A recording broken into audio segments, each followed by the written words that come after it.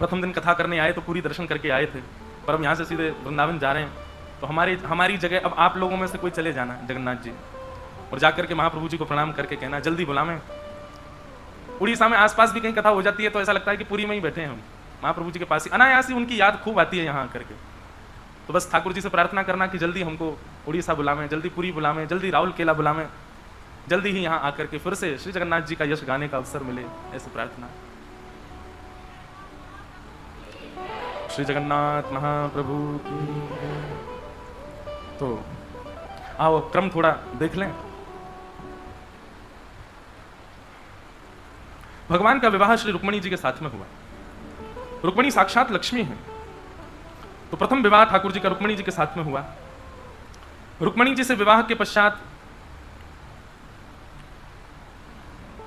ठाकुर जी का द्वितीय विवाह जामवंत की पुत्री जामवती के साथ में हुआ। एक सिमंतक नाम की मणि द्वारिका में थी, जिसके लिए भगवान ने सत्राजित यादव को, जिसकी वो मणि थी, उसको कहा था कि भाई ये मणि तुम द्वारिका के कार्यालय में दे दो, लेकिन उसने देने से मना कर दिया।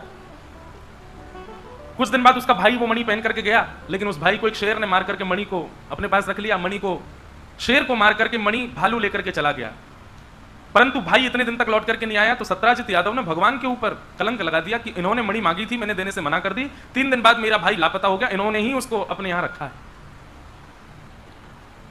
बंधु देखो, दुख के 3 कारण होते हैं, काल, कर्म और स्वभाव। दुख 3 कारणों से हमारे पास आता है। सबसे पहला होता है काल, समय। संसार में ऐसा कोई व्यक्ति नहीं है जिसके जीवन में दुख नहीं आएगा। अगर उसके कर्मों का दुख नहीं आएगा तो उसके काल का दुख आएगा। ये कष्ट आता ही हमारे निर्माण के लिए है। हम आप सब लोग आज कथा में बैठे हैं, कर्म कर रहे हैं, जो कुछ भी कर रहे हैं वो इसलिए कर रहे हैं क्योंकि हमारे जीवन में दुख आता है। अगर हम सब सुखी हो जाते तो हम कथा भी नहीं सुनते, हम कभी मंदिर भी नहीं जाते, हम कभी कोई नवीन कर्म नहीं करते, कभी मेहनत नहीं करते, कभी परिश्रम नहीं करते। इन सब में बांधने का कारण ही कष्ट है। आपके जीवन से यदि सारे कष्ट खत्म कर दिए जाएं तो राक्षस बन जाओगे आप।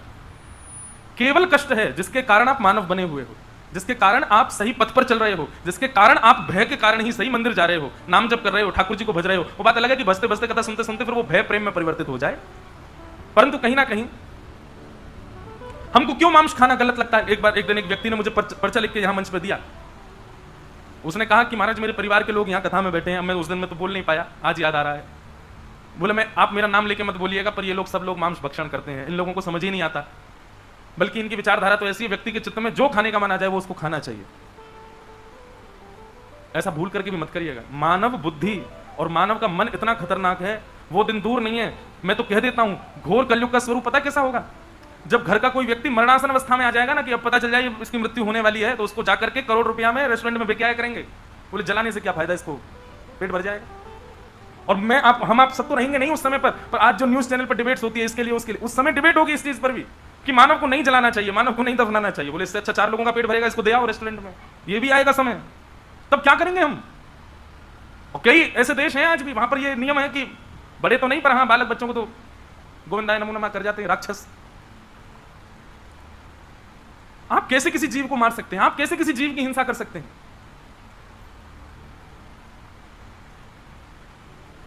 मांस भक्षण ये कदापि अनुचित है। और क्षमा कीजिएगा मैं अगर गलत बोलूं तो मैं पहले ही क्षमा मांग लेता हूं, पर हमारे उड़ीसा के कई क्षेत्रों में और बंगाल में मछली को तो जल तोरई बोल देते हैं। बोले जल तोरई है महाराज, या तो खा ही सके, जल की तोरई है। एक बार एक व्यक्ति मुझे मिला, वो मुझसे क्या बोलता है, बोले महाराज जी हम मच्छी खाते हैं। मैंने क्यों खाते हो, बोले हम नहीं खाएं तुम्हारा समुद्र जो है पूरा दूषित हो जाएगा। मैंने कैसे, बोले देखिए गंगा जी निकलती हैं, देखो चटोरा व्यक्ति अपने जीव के स्वाद के लिए कितनी बड़ी कथा सुना रहा है मुझे। कहता है कि वो गंगोत्री से गंगा जी निकलती हैं, उत्तराखंड की सारी गंदगी उसमें आती है, मछलियां खा जाती हैं। फिर वही उत्तर प्रदेश में जाती हैं तो मछलियां उत्तर प्रदेश की भी गंदगियां खा लाती हैं। मैंने कहा अच्छा। फिर वही बिहार आदि होती हुई जब बंगाल में आती हैं, समुद्र में मिल जाती हैं, तो मछली कितने प्रांतों की गंदगी खाती है, हमने मछली खा लिया तो कितनी सारी गंदगी हमने खत्म। मैंने कहा जय हो देवता, मैंने की जीव थोड़ी है तुम्हारी, झाड़ू है, पोंछा है, ये साफ कर रहे हो तुम, सफाई में लगे हो, जीव थोड़ी है, वॉशिंग मशीन है तुम्हारी, पूरे विश्व का कर्मणी। जाओ और लंबी नदी ढूंढ के आओ, उसके भी खा जाओ सभी मछलियों को। तुम नहीं खाओगे तो अरे पूरी दुनिया जल जाएगी महाराज, सब पॉल्यूटेड हो जाएगा। कैसी बात करते हैं लोग अपने स्वाद के लिए। मैं एक जगह कह रहा था कि व्यक्ति को भोजन करने में स्वाद, भोजन कितनी देर में हो जाता है हमारा, 8 से 10 मिनट, इससे ऊपर भोजन का समय नहीं जाता है। और उसमें हमको स्वाद कितनी देर आता है, केवल शुरुआत के 3 से 4 मिनट, उसके बाद स्वाद नहीं आता, उसके बाद हम पेट भरते हैं। लेकिन 4 मिनट के लिए आपने किसी की मां को मार दिया, किसी के बच्चे को मार दिया, किसी के भाई को मार दिया, 4 मिनट किस बात के लिए?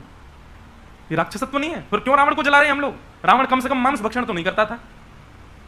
सत्य बता रहे हैं। मुझसे एक बार किसी ने कहा कि सतयुग त्रेता द्वापर में राक्षसों के नाम है, कलयुग में राक्षस का नाम नहीं। मैंने कहा है ना, क्या ये सब जितने करोड़ों दिख रहे सब राक्षस हैं यहाँ पे मानव ही राक्षस है।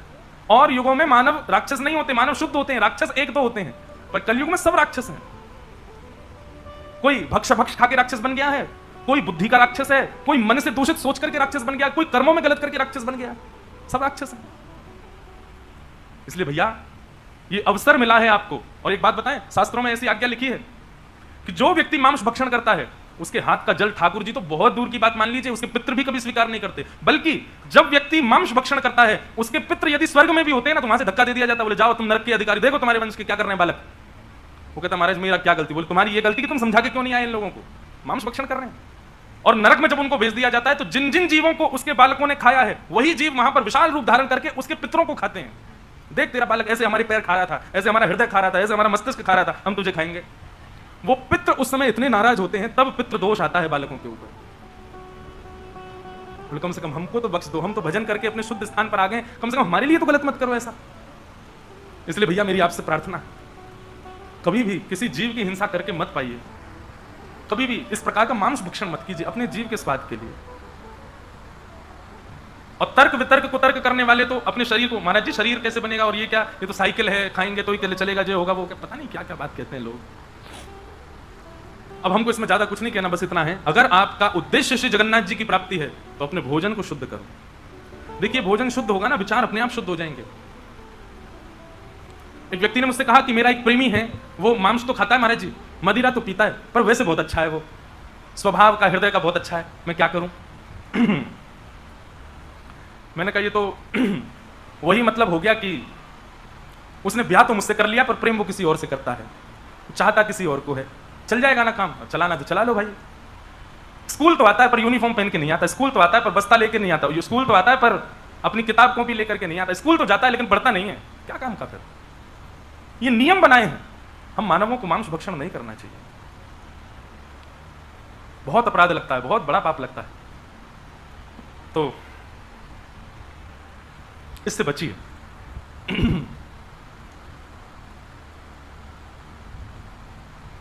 भगवान के ऊपर कलंक लगा दिया सत्यजीत यादव ने। और एक जगह और मैंने एक बात और बता दूं मांस भक्षण की, फिर आगे चलता हूं।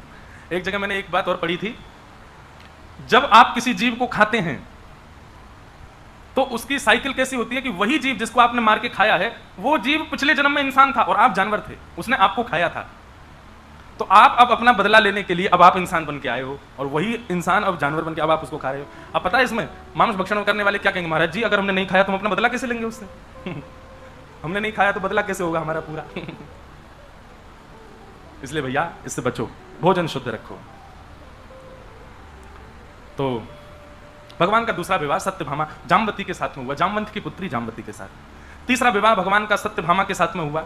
चौथा विवाह भगवान का कालिंदी यमुना जी के साथ में हुआ। बंधुओं एक कथा आती है बड़ी सुंदर कि ठाकुर जी के अत्यंत समीप पर रहने वाले 3 लोग हैं। पत्नियों में ठाकुर जी के सबसे ज्यादा समीप रहती है सत्यभामा। और सत्यभामा समीप क्यों रहती हैं? सत्यभामा एक तो सुंदर बहुत है, दूसरा भगवान थोड़े से डरते हैं सत्यभामा से, थोड़ी सी ठाकुर जी को डरा धमका के रखती है, इसलिए ठाकुर जी ज्यादातर उसी के संग ही सिंहासन पर बैठते हैं द्वारिका के। तो सत्यभामा, गरुण जी और श्री सुदर्शन जी, ये 3 भगवान के सबसे समीप हैं।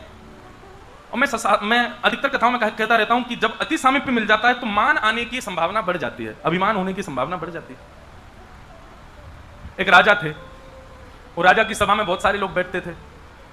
राजा बड़े प्रतापी राजा थे, उनके महल में एक सेठ जी रहते थे।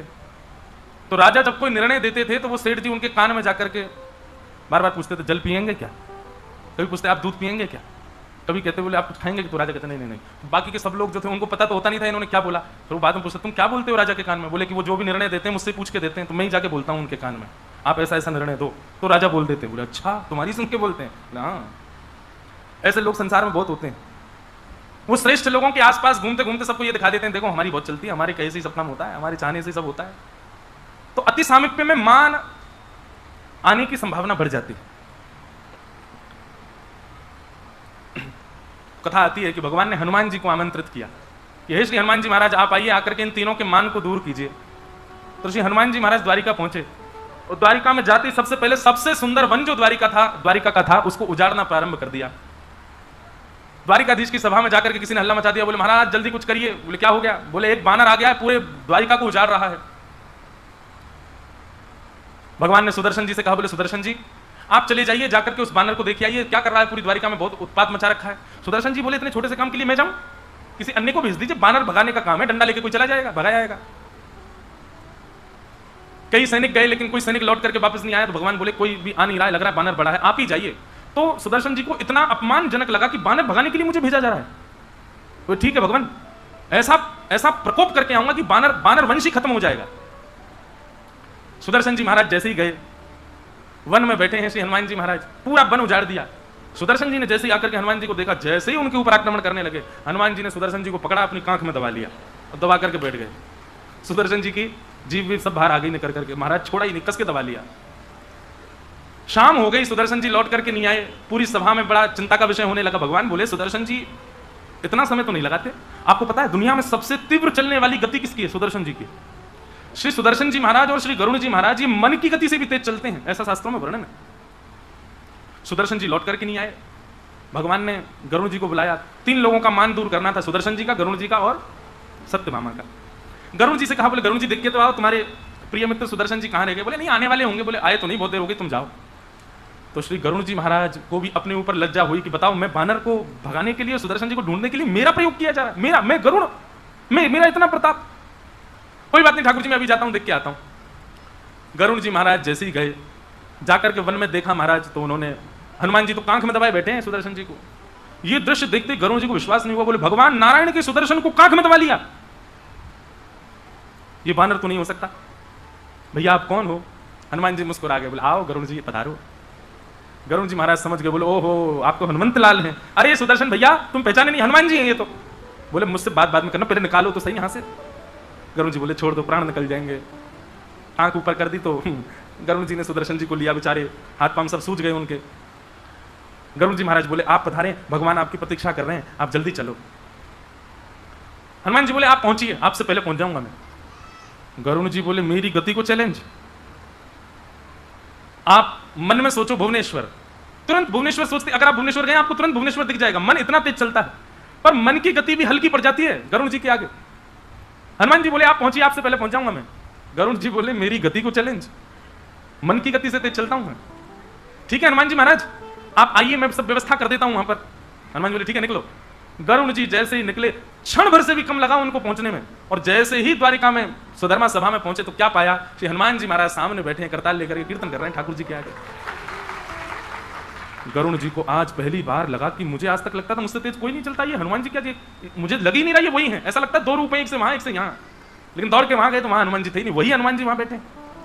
गरुण जी आए तो गरुण जी को केला दिया, बोले लो पाओ, आप कह रहे थे हमारी व्यवस्था करोगे, हम आपसे पहले आ गए। गरुण जी महाराज बोले धन्य है। सुदर्शन जी का मान चला गया, गरुण जी का मान चला गया। भगवान ने गरुण जी से, हनुमान जी ने गरुण जी से कहा कि ठाकुर जी को आप एक बार निवेदन कर दो, वो आ जाएं, दर्शन दे दें। सुनो एक बात कह देना। बोले क्या? अकेले नहीं आए ठाकुर जी? बोले हाँ रुक्मणी जी के साथ में आएंगे। बोले नहीं रुक्मणी नहीं, ठाकुर जी से कहो हमारी सिया जी के साथ में आए, सीता जी के साथ में आके विराजे। देखो कृष्ण तो राम जी ही हैं, राम जी कृष्ण के रूप में आए हैं, पर हमारी जानकी जी के साथ में आएंगे तो ही मैं प्रणाम करूंगा, नहीं तो मैं प्रणाम नहीं करूंगा, मैं देखूंगा ही नहीं। ठाकुर जी को जाके बोल दो जानकी जी के साथ में आऊं। गरुण जी ने भीतर जाकर के उद्घोषणा करी, बोले हनुमान जी आए हैं। हनुमान जी का नाम सुनते ही 16,100 पत्नियां खड़ी हो गई, आहा जय हो हनुमान जी पधारे हैं। गरुण जी बोले लेकिन उन्होंने कहा है कि ठाकुर जी से कह दो सीता जी के साथ पधारे। सब पत्नियां कहने लगी सीता जी कहां से आएंगी? भगवान कृष्ण बोले आप 16,108 में जो सबसे सुंदर है उसको हम थोड़ा बहुत श्रृंगार का भाव बता देंगे, वो अपना श्रृंगार कर ले तो शायद हनुमान जी को सीता जी का भाव लगे और वो प्रणाम कर ले। तो सबसे पहले बिना किसी के कहे अपने आप ही सत्यभामा जी आके खड़ी हो गई। बोले कि ये तो कहने वाली बात नहीं है, सबसे सुंदर मैं ही हूं, मैं ही अपना श्रृंगार कर लेती हूँ। रुक्मणी आदि पत्नी बोली हाँ हाँ इन्हीं को ही ले जाओ। सत्यभामा जी ने, और सत्यभामा सच में बहुत सुंदर थी, उन्होंने अपना श्रृंगार किया। महाराज जैसे ही वो श्रृंगार करके पधारी, ऐसी अद्भुत छटा उनकी देख करके निहाल हो गए सब लोग। ठाकुर जी बोले चलें सभा में हनुमान जी के पास? बोले हाँ चलो। जैसे ही सभा में पहुंचे, ठाकुर जी को देख करके तो हनुमान जी के नेत्र सजल हो गए, जय वो मेरे रामचंद्र पधार, मेरे राघव जी पधार गए। ठाकुर जी आकर के सिंहासन पर बैठ गए। भगवान भुजा उठाने लगे, बोले आओ हनुमान गले लगो हमारे। इतने में सत्यभामा बगल में आकर के बैठ गए।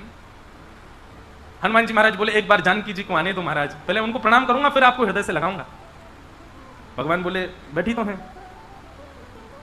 बोले ये तो कोई दासी लगती है हमें। भगवान बोले दासी नहीं है, ये हमारी पत्नी है। बोले अच्छा अच्छा अच्छा, मुझे लगा पता नहीं कोई दासी आ गई। अच्छा मैया प्रणाम।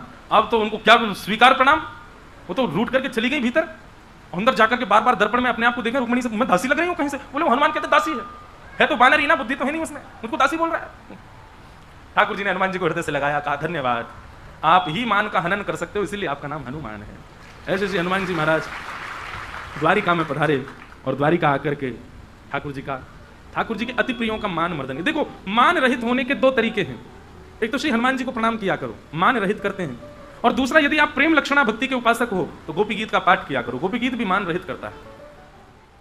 ऐसे श्री हनुमान जी महाराज को हम बार बार